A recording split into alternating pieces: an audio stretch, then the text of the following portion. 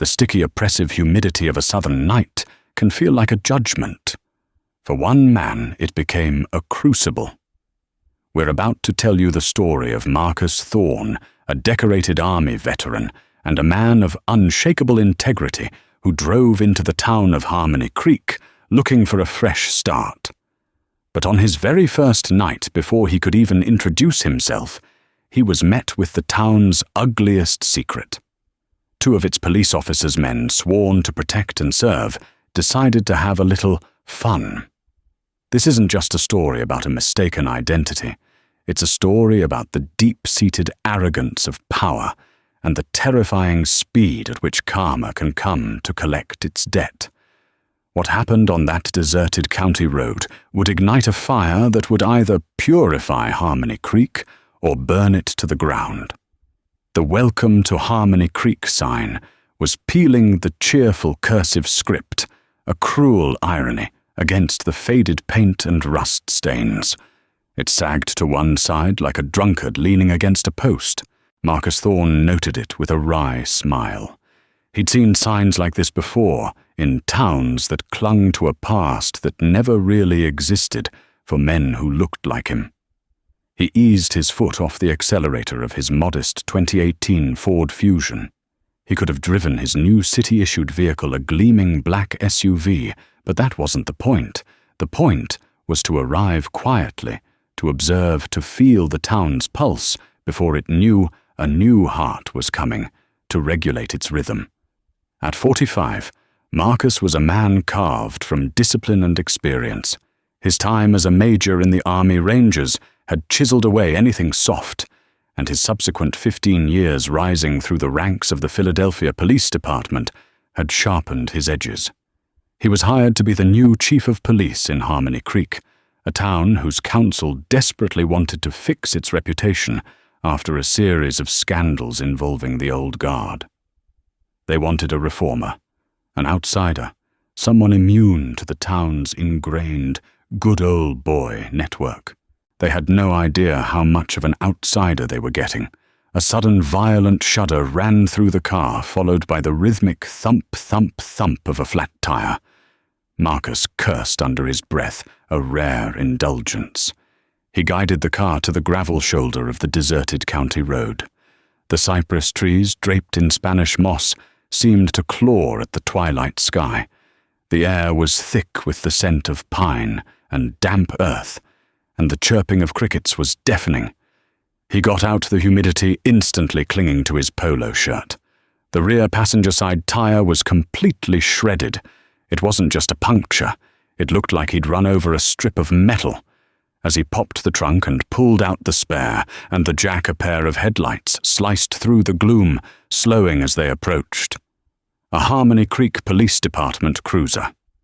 Perfect, Marcus thought with a sigh of relief. A chance to see my new officers in action. The cruiser pulled up behind him, its spotlight flooding him in a harsh, accusatory glare. Two officers emerged, their silhouettes broad and imposing against the strobing lights. The older of the two, a man with a heavy gut straining the buttons of his uniform, ambled forward. His name tag read Sullivan. The younger one, leaner and with a nervous energy, hung back. His tag read Riley. "Well, well, what have we got here?" Officer Dale Sullivan drawled his voice, a gravelly mix of boredom and contempt. He deliberately let his eyes roam over Marcus's dark skin, his clean-cut clothes, and the respectable but unremarkable car. "Bit of car trouble." "Yes, officer." Marcus said, his voice calm and even. He kept his hands visible away from his pockets. He knew the drill. "Looks like I ran over something. Just about to change the tire."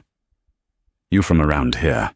Sullivan asked, ignoring the jack in Marcus's hand.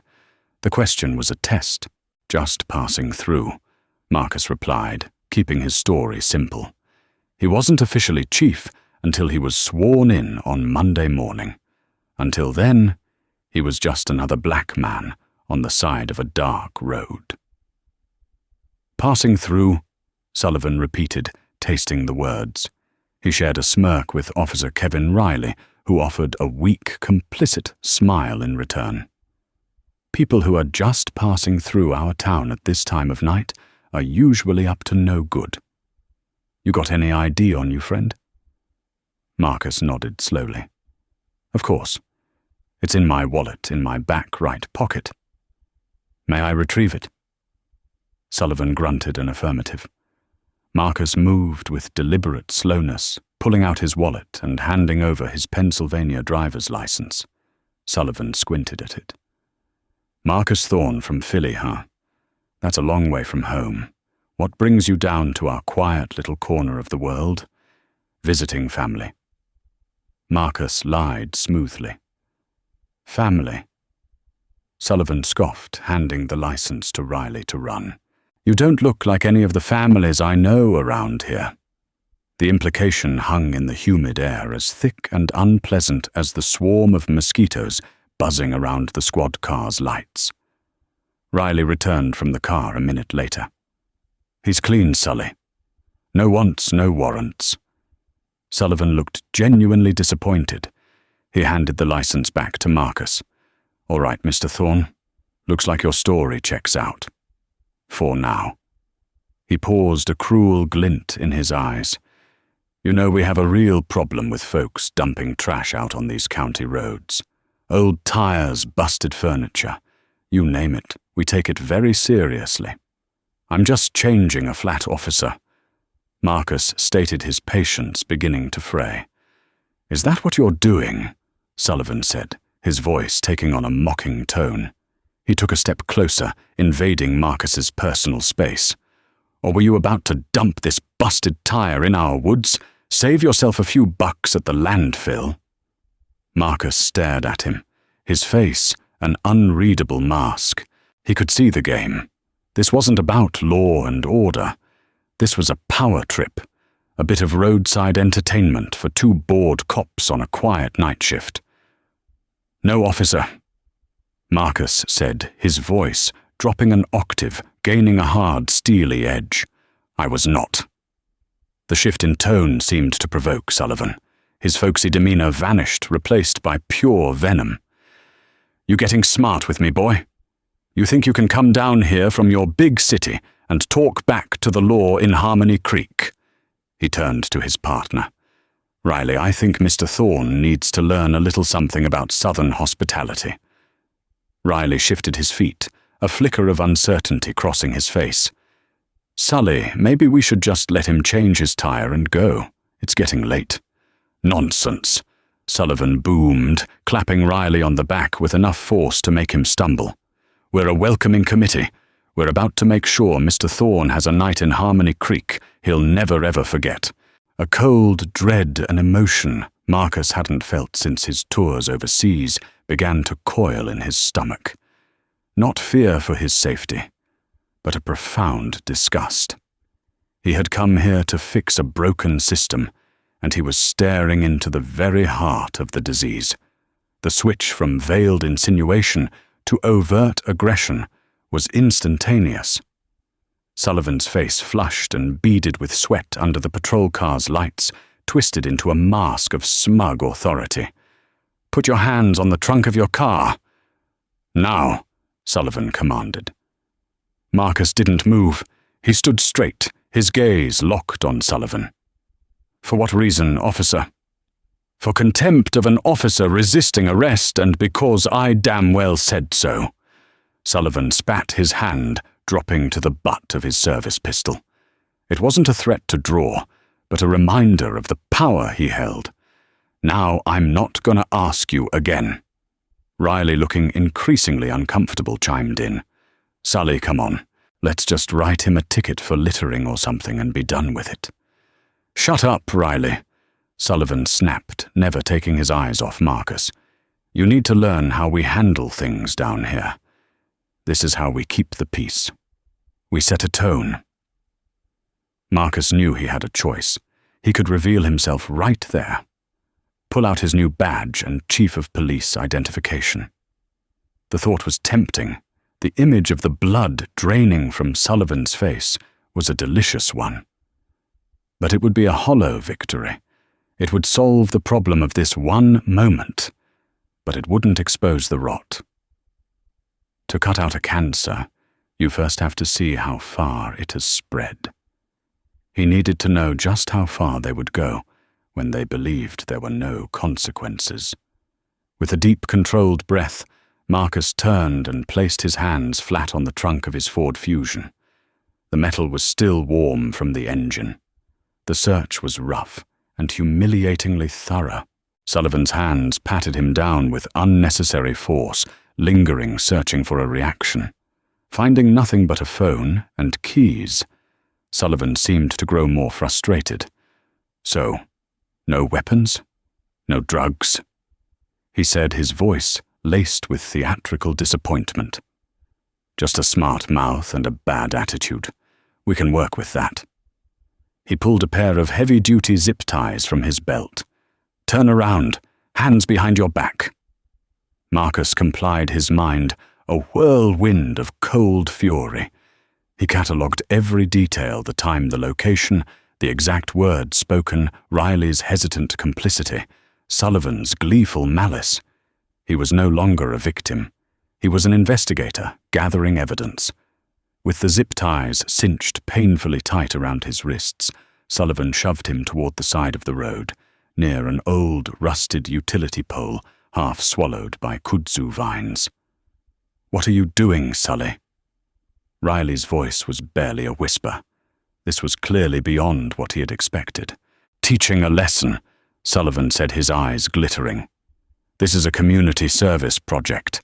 Mr. Thorne was worried about dumping his trash, so we're going to make sure he doesn't become trash on the side of our road. We're just securing him for his own safety until he calms down and decides to be more respectful." The excuse was so flimsy, so transparently false, that it was more insulting than the act itself. Sullivan pushed Marcus hard against the pole, his face scraping against the creosote-treated wood. He took another long zip tie and looped it around Marcus's chest, and the pole pulling it brutally tight. He did the same with another one around his legs. Marcus was pinned immobile, facing the dark, insect-infested woods. "There," Sullivan said, stepping back to admire his work. "Now you can take a moment to reflect on the importance of respecting law enforcement in Harmony Creek." He leaned in, close his breath, sour with the smell of stale coffee and chewing tobacco. "You'll be here a while. Maybe a few hours. Maybe till the sun comes up and the morning shift finds you. Depends on how busy we get." Marcus remained silent, his breathing steady. He refused to give them the satisfaction of a plea or a struggle. His silence seemed to infuriate Sullivan more than any curse could. "Nothing to say now, huh? Big man from the big city is all quiet now." Sullivan laughed, a harsh, ugly sound that echoed in the night. He turned to his partner. "See, Riley, that's how it's done. You show them who's in charge. They learn fast." Riley wouldn't look at Marcus. He stared at the ground, at the toes of his boots, anywhere but at the man they had just tied to a pole. A small, withered piece of his conscience was still alive, squirming in the darkness. "Let's go, Sully," Riley urged, his voice tight. "We made our point." All right, I'm coming," Sullivan said, still chuckling. He gave the pole one last pat, as if it were an old friend. "You have a good night now, Mr. Thorne. Enjoy the scenery. Don't let the fire ants bite." The two officers got back in their cruiser. For a moment, they just sat there, their figures silhouetted by the dashboard lights. Then, with a final mocking blip of the siren, they pulled away their red and blue lights, painting the trees before disappearing down the road. Marcus was left alone. The sudden silence was more profound than the noise had been. He was bound to a pole on a deserted road in a town he was supposed to lead. The zip ties cut into his wrists, and the rough wood of the pole dug into his back. The mosquitoes, sensing a stationary target, descended in a hungry cloud. But through the pain and the humiliation, a cold, hard clarity began to form. This was no longer just a job. He wasn't just here to reform a police department. He was here to dismantle it, piece by rotten piece, and rebuild it from the foundation up. Sullivan and Riley thought they were teaching him a lesson. The terrible irony was that they had just given their new chief of police all the motivation he would ever need. The war for Harmony Creek had begun, and they had just handed him his cause. The hours passed with excruciating slowness. Marcus focused on his breathing, a technique he'd mastered in the military to control pain and fear. He listened to the night sounds, distinguishing the call of a whippoorwill from the rustle of a small animal in the undergrowth. He felt the dew settle on his clothes, chilling him to the bone. Each passing set of headlights on the main highway, a mile away, was a fleeting spark of hope that died as it faded into the distance. Humiliation was a fire, and Marcus let it burn, forging his anger into something cold and sharp. He wasn't thinking about revenge in the hot-blooded sense. He was planning. He was strategizing. He was composing the opening moves of a campaign. It was nearly 4 a.m. when a pickup truck, old and rattling, slowed to a stop. A farmer, a man named George Peterson, on his way to the early market, peered out his window. His face, etched with the lines of a lifetime of hard work, registered shock and then concern. "Mr. You all right?" he called out, his voice wary. "I'd be a lot better if you could cut me loose," Marcus said, his own voice hoarse. George hesitated for only a second before grabbing a large pair of wire cutters from his toolbox. He approached, cautiously, his eyes taking in the scene. He saw the police-grade zip ties. Was this officers of the law that did this?" he asked, his voice low with disbelief. "Yes," Marcus said simply. George shook his head, snipping the thick plastic ties around Marcus's body and then his wrists. "Something's got to change," the farmer muttered. "This ain't right." Marcus rubbed his wrists, the blood rushing back in a painful wave of pins and needles. "Thank you, Mr. Peterson. You have no idea how much I appreciate this." "How'd you know my name?" George asked, surprised. "I saw it on the side of your truck," Marcus replied, pointing to the faded Peterson & Sons Produce logo on the door. He offered a hand. "I'm Marcus Thorne." George shook it, his grip firm. He offered Marcus a ride and a bottle of water. Marcus accepted both gratefully. He had George drop him at a 24-hour diner on the outskirts of town, assuring the farmer he could handle it from there. He called a cab, went to the small house the city had rented for him, showered and put on the uniform. The uniform of the Chief of Police of Harmony Creek. The fabric was crisp, the badge a heavy, significant weight over his heart. He looked at his reflection in the mirror. The man looking back was not the victim tied to a pole. He was the consequence. At precisely 8:00 a.m., Marcus Thorne walked into the Harmony Creek Police Department.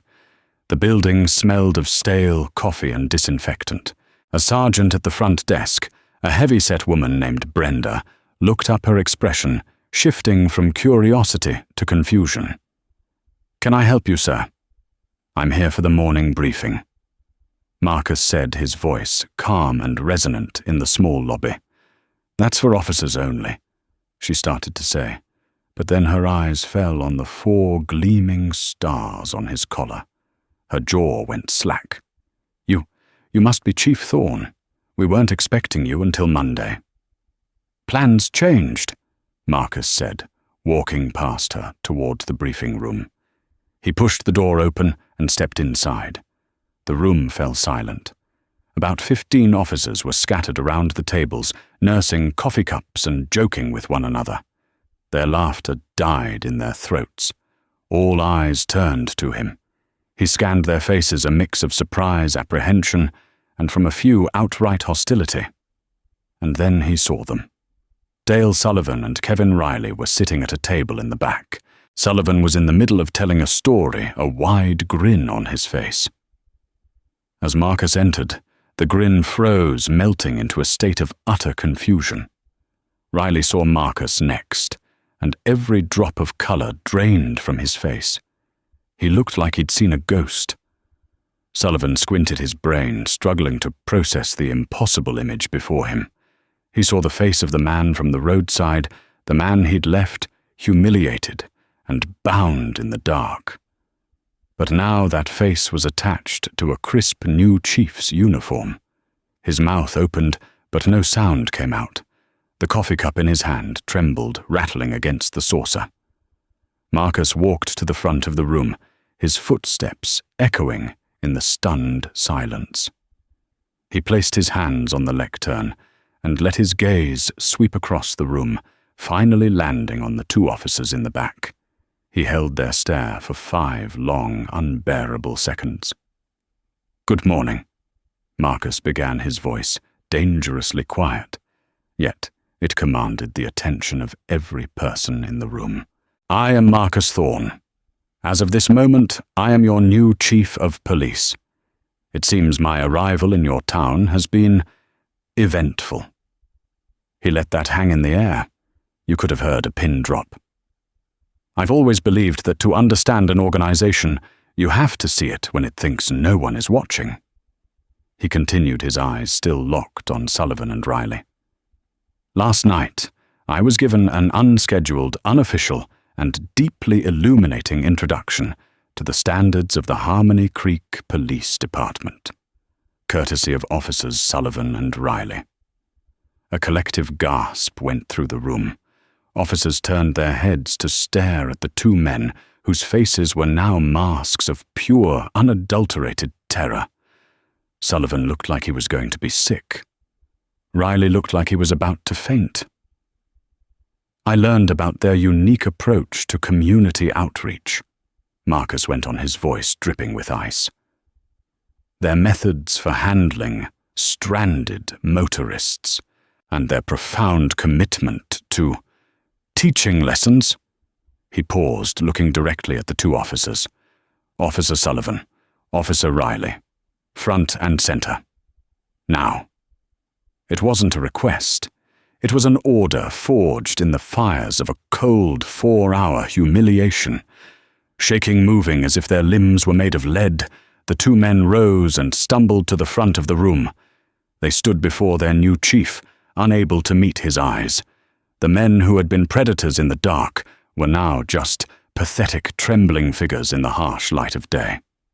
"Hand me your badges," Marcus commanded, his voice like the crack of a whip, "and your service weapons.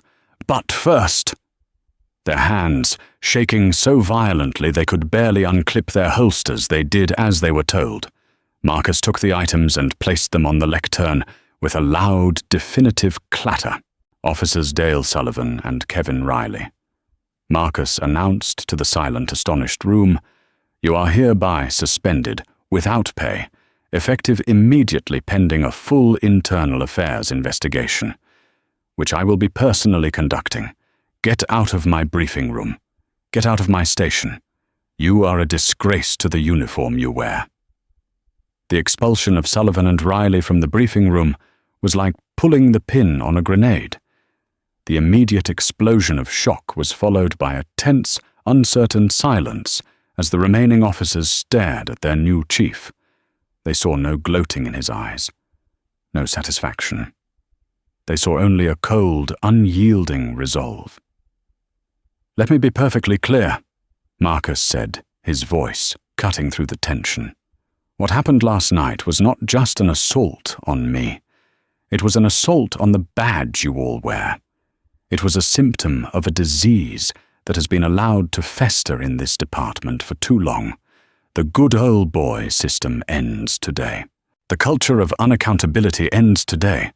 The belief that you are above the law you are sworn to uphold, it ends right now." He scanned the faces before him. He saw fear, resentment, but also in a few, a flicker of something else. Hope. One of those faces belonged to Detective Isabella Rossi. A sharp, overlooked detective in her late 30s, Rossi had a reputation for being thorough and unshakably ethical, which had earned her few friends among the department's ruling clique. She had been consistently passed over for promotions in favor of men like Sullivan. She watched Marcus Thorne now, not with fear, but with a cautious, analytical curiosity. "Sergeant Brenda," Marcus called out, his voice sharp. "Secure the service weapons and badges of Sullivan and Riley in the evidence vault. I want their lockers sealed and their access to all department systems revoked immediately. I want their patrol car impounded and processed for a full forensic workup by an outside lab." Brenda, who had been watching from the doorway with wide eyes, straightened up. "Yes, Chief." For the first time in years, she felt a surge of respect for the man in charge. "The rest of you," Marcus continued, addressing the room, "your shifts will continue as assigned. But know this, I will be reviewing everything.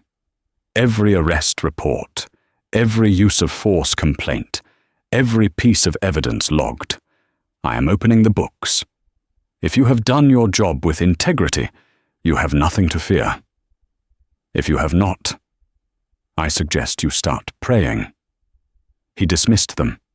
The officers filed out in silence, whispering amongst themselves, the department's social order shattering in real time. Marcus's first call was to the city manager Dennis Miller, a man who had staked his own career on hiring an outsider to clean up the force. "Dennis, it's Marcus Thorne. We have a situation." He calmly and factually recounted the events of the previous night, leaving out none of the humiliating details. There was a long, stunned silence on the other end of the line. "My God, Marcus. I don't know what to say. Are you all right?" "I'm fine, Dennis. But the department is not. I've suspended the 2 officers involved. I'm launching a full investigation, not just into them, but into the entire department's practices. I need your full and public backing. No wavering." "You have it," Chen said, his voice firming up with anger at what had happened. 100%. Whatever you need. Resources, legal support, anything." Marcus's next move was to call a press conference for that afternoon. He knew the story would get out, and he intended to control the narrative. He would not allow it to be spun as a personal vendetta. This was about policy and principle. He spent the next few hours in his new office, a space still smelling of the stale cigar smoke of his predecessor. He requested the personnel files for Sullivan and Riley. As he read, a sickening pattern emerged. Sullivan's file was thick with citizen complaints, all of them dismissed as unfounded by the previous chief. Allegations of excessive force, illegal searches, and verbal abuse, particularly against minority residents and out-of-towners. He was a predator who had been protected by the system. Riley's file was different. It was thin with a few commendations for minor things. But there was a note from his field training officer from 5 years prior. "Officer Riley shows potential, but displays a concerning lack of initiative and a tendency to follow the lead of senior officers without question, even when protocol is breached." He was a follower, a man whose weakness made him complicit. Late in the morning, there was a soft knock on his door. It was Detective Rossi. "Chief Thorne," she said, holding a file. "May I have a word?" "Come in, Detective," Marcus said, gesturing to a chair. "I heard what happened, Chief, and I wanted to say, I'm not surprised." She paused, choosing her words carefully. "Sully, he and his crew have been running this place for a long time. They do what they want, and everyone else just looks the other way because it's easier." "Why didn't anyone file a formal report?" Marcus asked. Rossi gave a short, bitter laugh. To who the last chief was Sully's fishing buddy. Any complaint that went up the chain disappeared. I tried once early in my career over a mishandled domestic violence case. I was on traffic duty for 6 months straight as a result. Marcus nodded slowly. He recognized her type. The capable, principled officer who is marginalized by a corrupt system. She was exactly the kind of person he needed. "What's in the file, detective?" She pushed it across the desk. "This might be nothing. But you said you were opening the books. This is a case Sully handled 3 years ago. A hit and run. A teenage kid from the poor side of town was killed on his bike. The case was closed. Lack of evidence," she said, making air quotes. "I always thought something was off. The kid who died had just had a fight with the son of Robert Henderson." "Robert Henderson?" Marcus asked. "The man who owns half the businesses downtown. The same." Rossi confirmed. Henderson's son, a spoiled brat named Kyle, was a known reckless driver. The timeline fit. But his alibi was solid. He was supposedly at a party. Sully personally took his statement and cleared him within hours. It all felt too neat, too quick. Marcus opened the file. "You think Sully buried it?"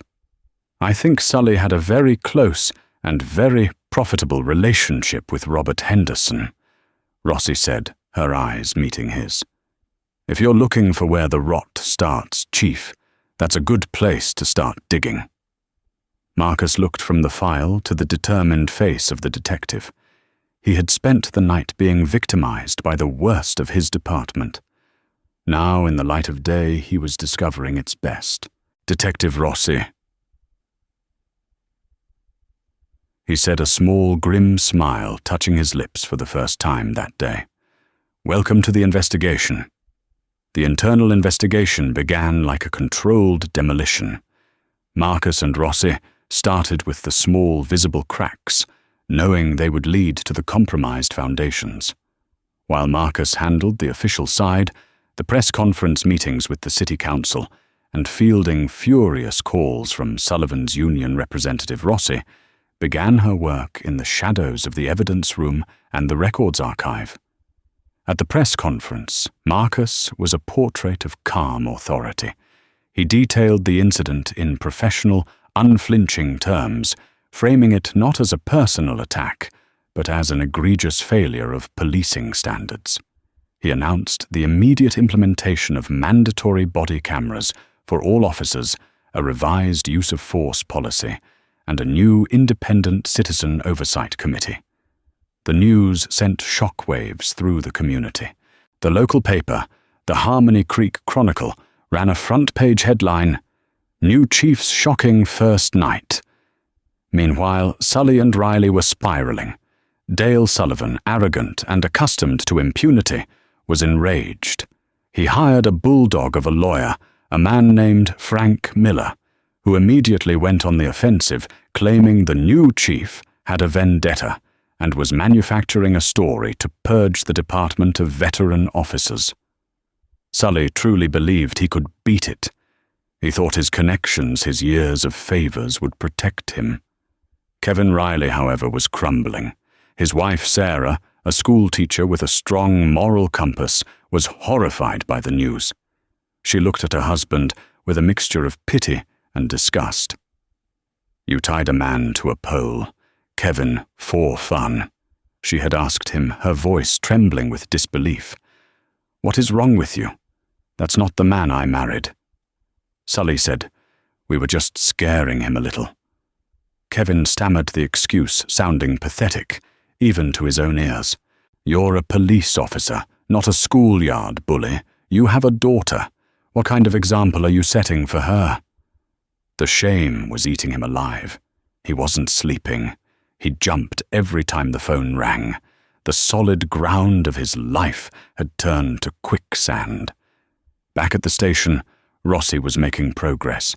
She pulled the financial disclosure forms for the entire department. Sully's was a work of fiction. He reported his modest officer's salary, yet he owned a base boat worth over $60,000, took annual vacations to the Caribbean, and had just paid for his son's first year of college in cash. The math didn't add up.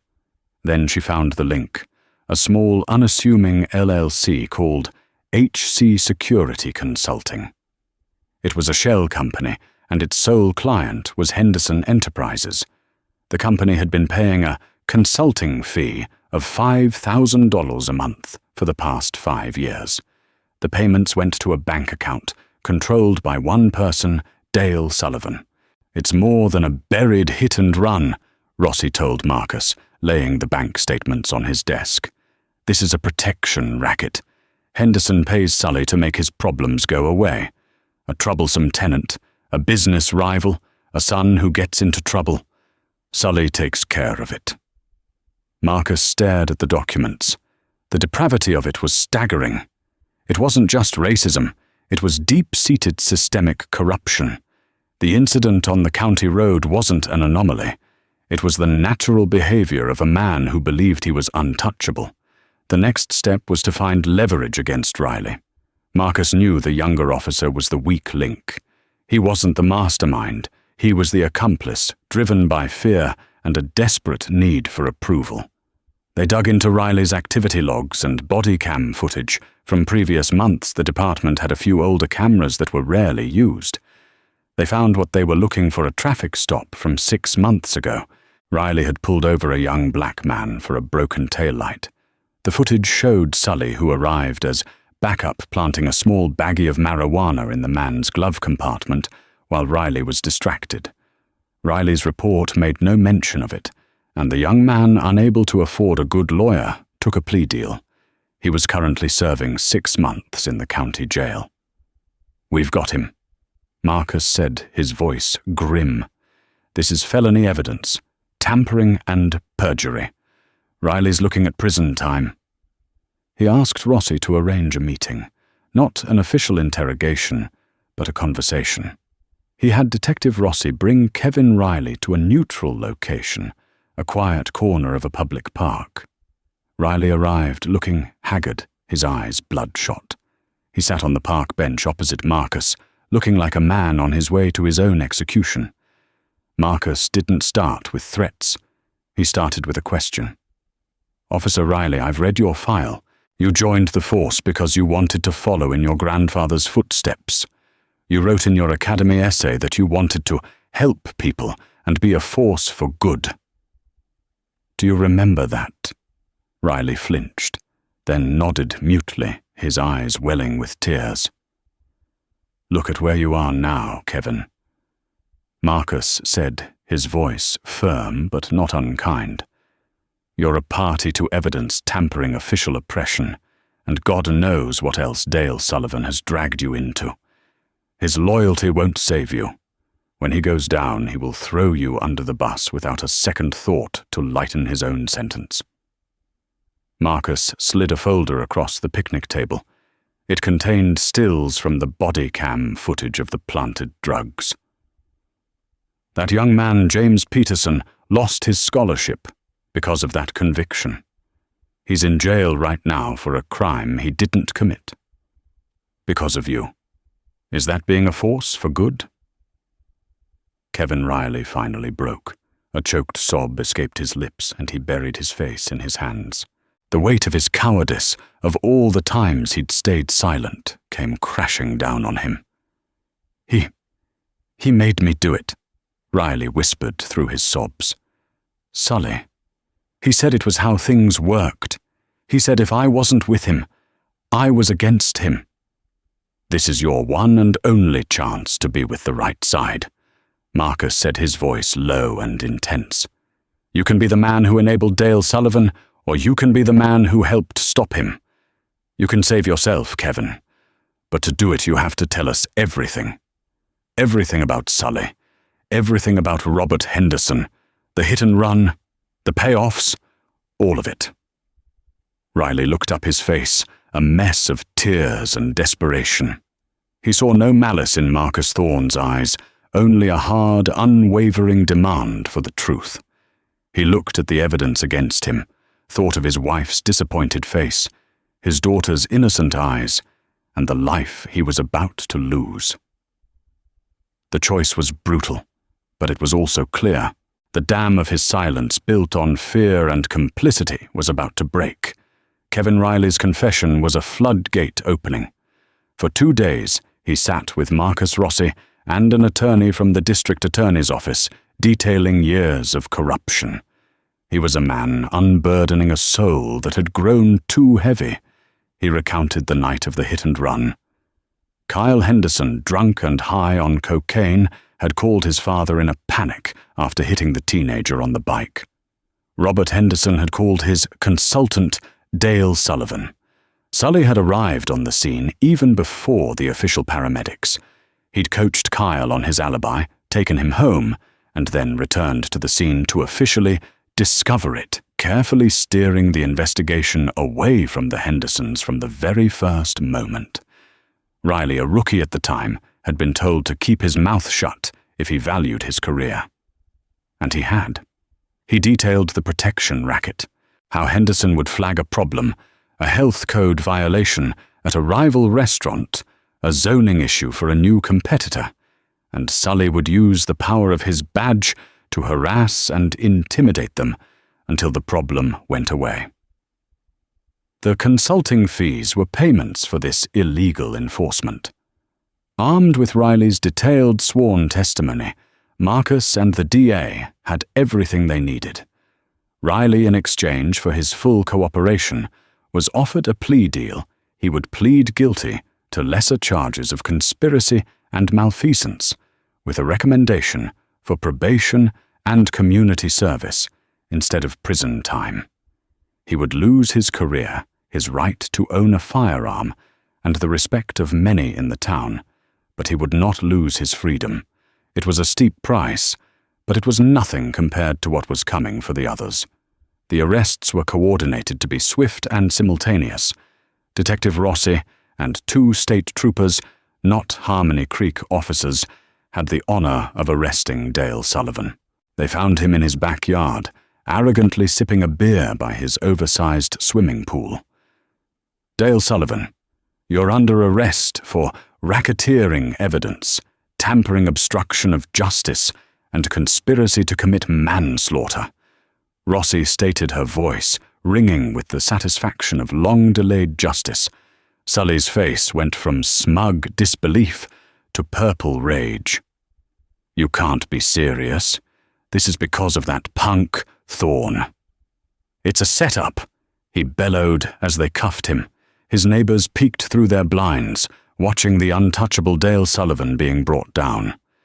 As they led him away, in handcuffs past his expensive boat and his perfectly manicured lawn, all fruits of his corruption, the true karma of the situation began to settle in.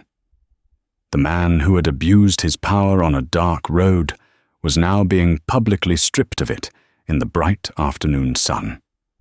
At the same time, Marcus Thorne, accompanied by the DA herself, walked into the opulent offices of Henderson Enterprises. Robert Henderson, a man accustomed to buying his way out of any problem, tried to bluff and threaten his way out of this one. "You have no idea who you're dealing with," Henderson snarled as Marcus presented him with the arrest warrant. "Oh, I think I do," Marcus replied coolly. "You're a man who thought he was above the law. In Harmony Creek, you might have been right.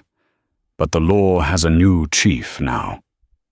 The arrests of the town's most powerful businessman and its most feared cop sent an earthquake through Harmony Creek. The Chronicle's headline now screamed, "Corruption Scandal Rocks. HC officer and businessman arrested in hit-and-run cover-up." The fall was as brutal as it was complete. Faced with Riley's testimony and the mountain of financial evidence Rossi had compiled, Robert Henderson's legal team quickly arranged a plea deal to avoid a racketeering charge that carried a 20-year sentence. He pleaded guilty to obstruction of justice and accessory after the fact, receiving a sentence of 5 years in state prison and millions in fines. His business empire crumbled. For Dale Sullivan, there was no deal. He was the architect of the rot. He went to trial arrogant and defiant to the end. Kevin Riley testified against him, his voice shaking, but steady, detailing every crime he had witnessed. The jury took less than 3 hours to convict him on all counts. The judge, calling Sullivan a cancer on the community, sentenced him to 15 years in a maximum security prison. On the day of the sentencing, Marcus saw Sullivan being led from the courthouse in chains. Their eyes met for a brief moment. There was no triumph in Marcus's gaze, only a profound sense of closure. Sullivan's eyes held nothing but raw, impotent hatred.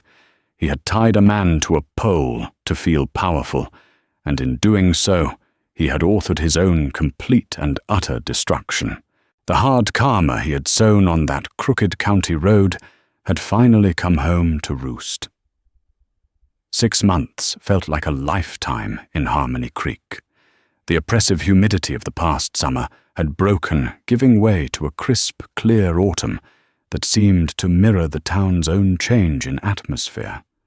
The thick cloud of unspoken fear and ingrained corruption that had hung over the community for decades was beginning to dissipate, replaced by the tentative, fragile light of a new morning.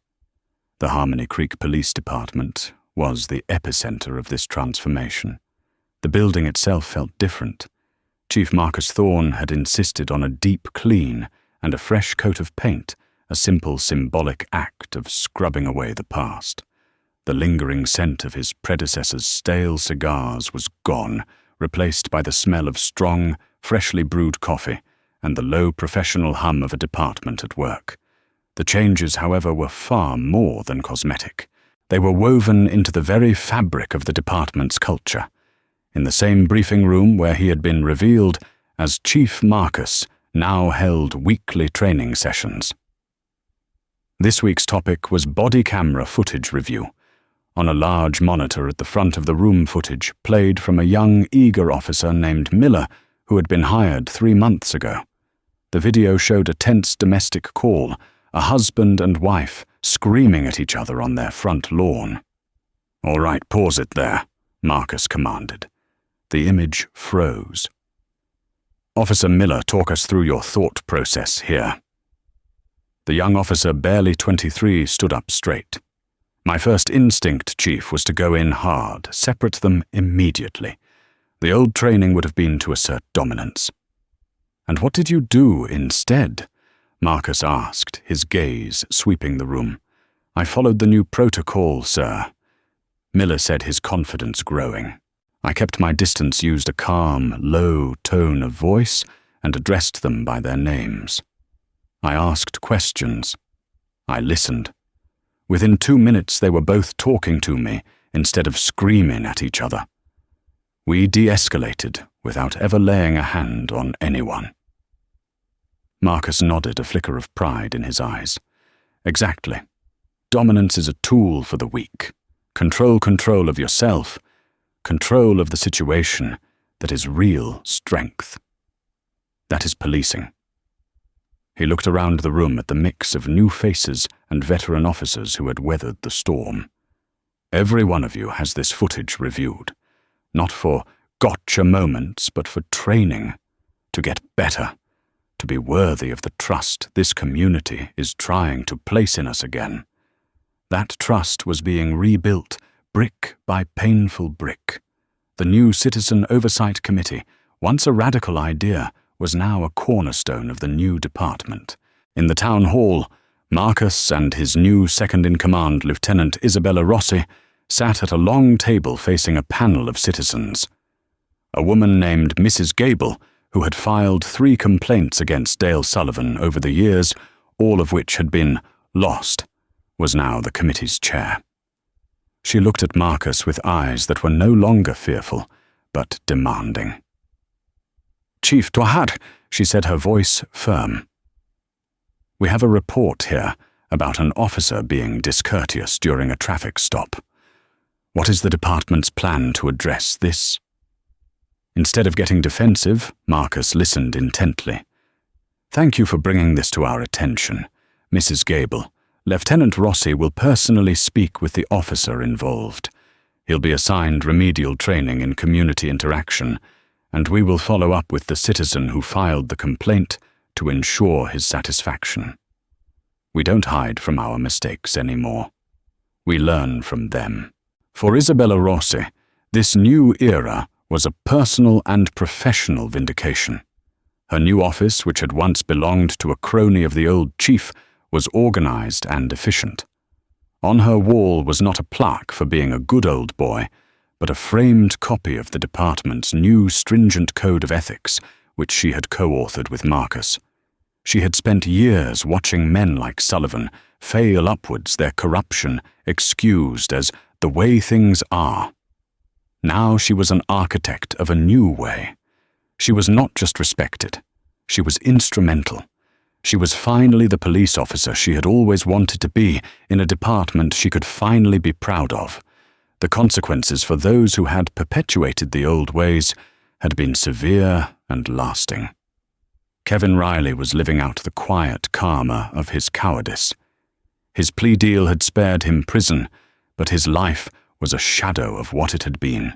His community service often involved cleaning parks or painting over graffiti in the very neighborhoods he used to patrol with a swagger.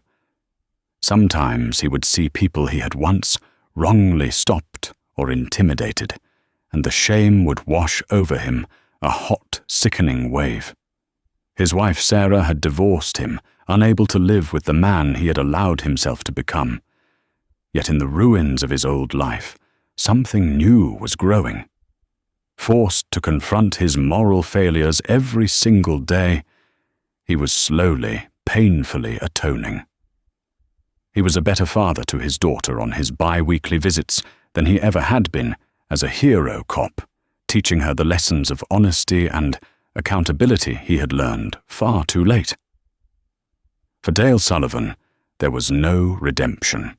He was inmate BO 73002 in a maximum security state prison. The sprawling green lawn and $60,000 boat had been replaced by a 6-by-9-foot concrete cell. The fear and respect he had commanded on the streets of Harmony Creek were gone, replaced by the brutal, indifferent hierarchy of prison life. He was no longer the predator. He was potential prey.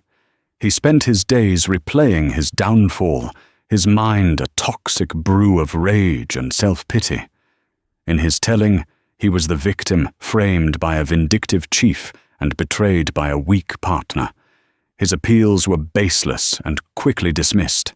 The man who saw power as a tool for his own amusement had become utterly powerless, a cautionary tale whispered to new recruits about the cancer of a corrupted badge. One cool October evening, as the sun set in a blaze of orange and purple, Marcus Thorne drove his car down that same deserted county road. He pulled over and got out the air crisp and clean. He walked to the old rusted utility pole, half swallowed by the dying kudzu of autumn. He ran his hand over the rough, creosote-treated wood. He could still feel it, all the bite of the zip ties, the sting of the mosquitoes, the deep, burning humiliation of being rendered helpless. But the memory was no longer a source of pain. It had become a touchstone, a permanent physical reminder of his purpose. This pole was not a monument to his suffering, but to the moment of absolute clarity it had provided. He hadn't come to Harmony Creek seeking revenge. He had come to do a job. The horrifying events of that night had simply revealed the true nature and scale of that job.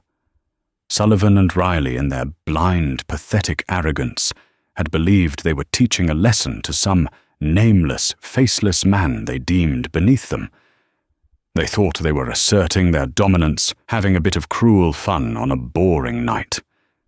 The supreme irony was that their actions had given their unknown adversary the one thing he needed most, a righteous and undeniable cause. They had armed him with the moral authority to tear down their corrupt kingdom. They had tied a man to a pole, not knowing he was their new chief. But in the end, with their own hands and their own hate, they had only succeeded in tying themselves to the unbreakable post of justice, leaving them abandoned on the side of the road as the world and a new, better Harmony Creek moved on without them. The story of Chief Marcus Thorne is a stark and powerful reminder that karma isn't some mystical force. It's the natural and often brutal consequence of our own actions. Dale Sullivan and Kevin Riley believed they operated in a world without consequences, protected by a badge and a broken system. They learned that the very power they abused could be the instrument of their downfall. This story shows that true strength isn't found in intimidation or cruelty, but in unshakable integrity, and the courage to stand for what is right, even when you're standing alone, tied to a pole in the dark. It proves that one person's refusal to be broken can be the spark that ignites a revolution of accountability. If this story of justice and hard-hitting karma resonated with you, and if you believe in the power of holding people accountable for their actions, please help us share it. Hit that like button, share this video with your friends and family, and subscribe to our channel for more real-life stories that matter. Click the notification bell so you never miss an update. Thank you for listening.